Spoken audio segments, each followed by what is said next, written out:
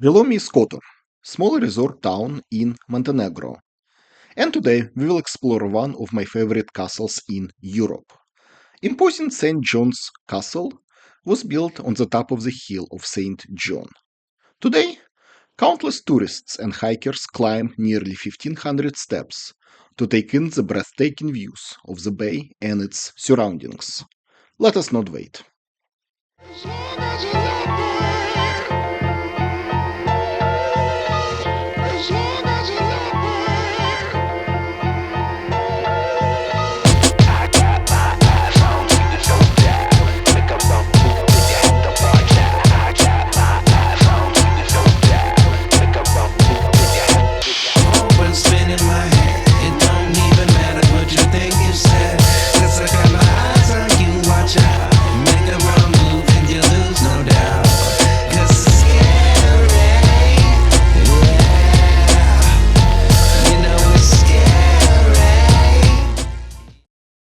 About halfway up, we reach the Church of Our Lady of Remedy, the unofficial symbol of Kotor, often featured on the scenic photographs. The church was built in 1518, following the outbreak of the devastating plague. After illness's abatement, grateful residents of Kotor, or should I say Venetian Cataro, constructed this tiny church on the slope of the hill as a way of thanking Virgin Mary for sparing their lives, as well as begging the Mother of God for the protection in the future. The church was built over the site of the 6th century Christian basilica. The painting in the interior is attributed to the Renaissance painter Tiziano Vicello. The grave of the local 18th century noble is located in front of the entrance.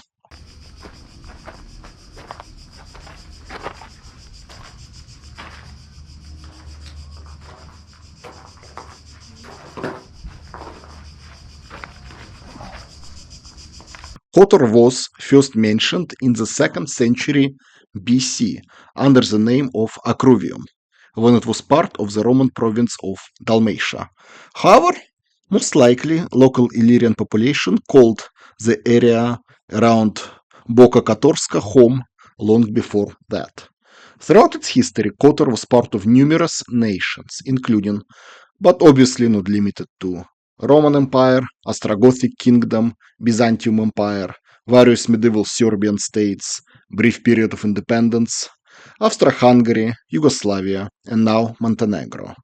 However, Kotor rose to its prominence while it was under control of Venetian Republic between years 1420 to 1797.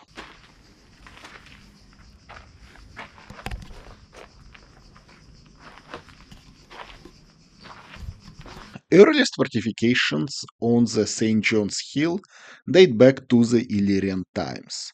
Following the fall of Western Roman Empire, the area of present-day Kotor was incorporated into Ostrogothic Kingdom, before being taken over by the Byzantines in the 6th century AD.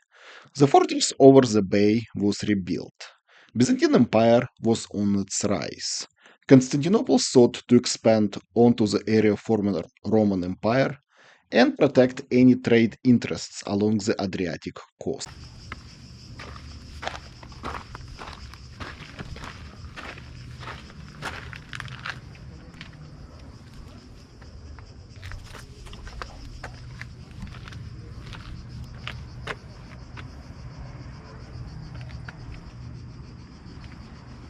Between late 12th to late 14th century, Kotor was the main port of Serbian state.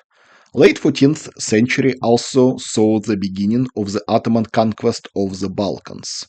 As the Serbian Empire was weakened and eventually collapsed, Kotor enjoyed brief period of independence in the early 15th century.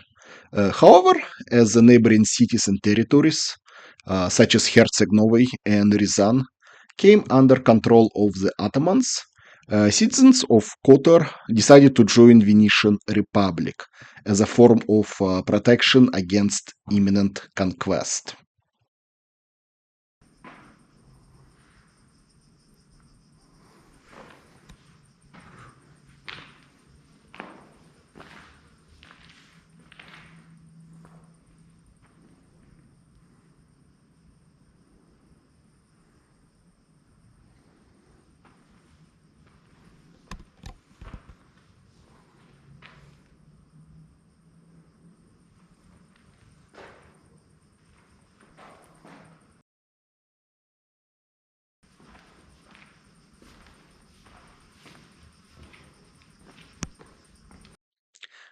Venice Republic was expansionist power. 15th century coincided with its golden age. As an economic and military powerhouse, Venice controlled port cities in Dalmatian coast and Istria, parts of Peloponnesian Peninsula, islands of Cyprus and Crete.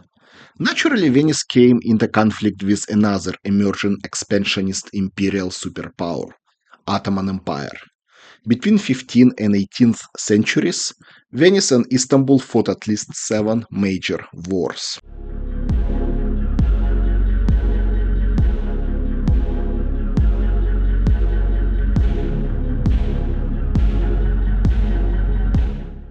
Art historian Saša Brajović perfectly described the importance of Kotor. Quote, both Venice and Turkey were well aware of the fact that whoever controlled the bay also had possession of a safe haven for his fleet, bountiful food, and human resources for the army. End quote. Venetians thus dubbed the Kotor as Fortezze Chiave, or key fortress.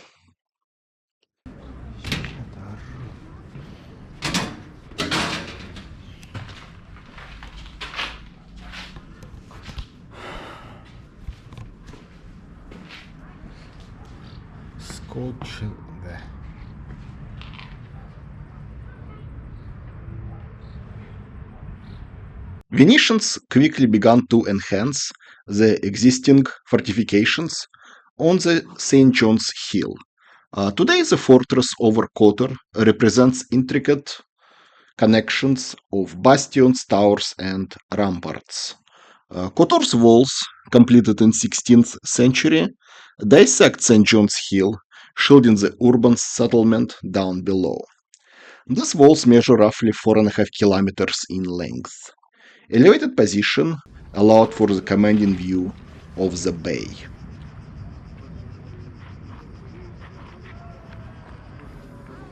Twice Turks laid prolonged sieges to Kotor, between years 1538 to 1571, and a second one between years 1657 to 1699. However, Ottoman Empire was unable to subjugate this tiny town. Throughout the climb, we see the ruins of the soldiers' barracks, casemates, and other structures that would be associated with the fortification. The access is generally unrestricted, but I would exercise caution exploring this due to the decrepit state. The military use of St. John's Fortress continued as late as the First World War, when it was utilized by the Austro-Hungarian garrison. Today, the citadel is one of the primary attractions in Montenegro.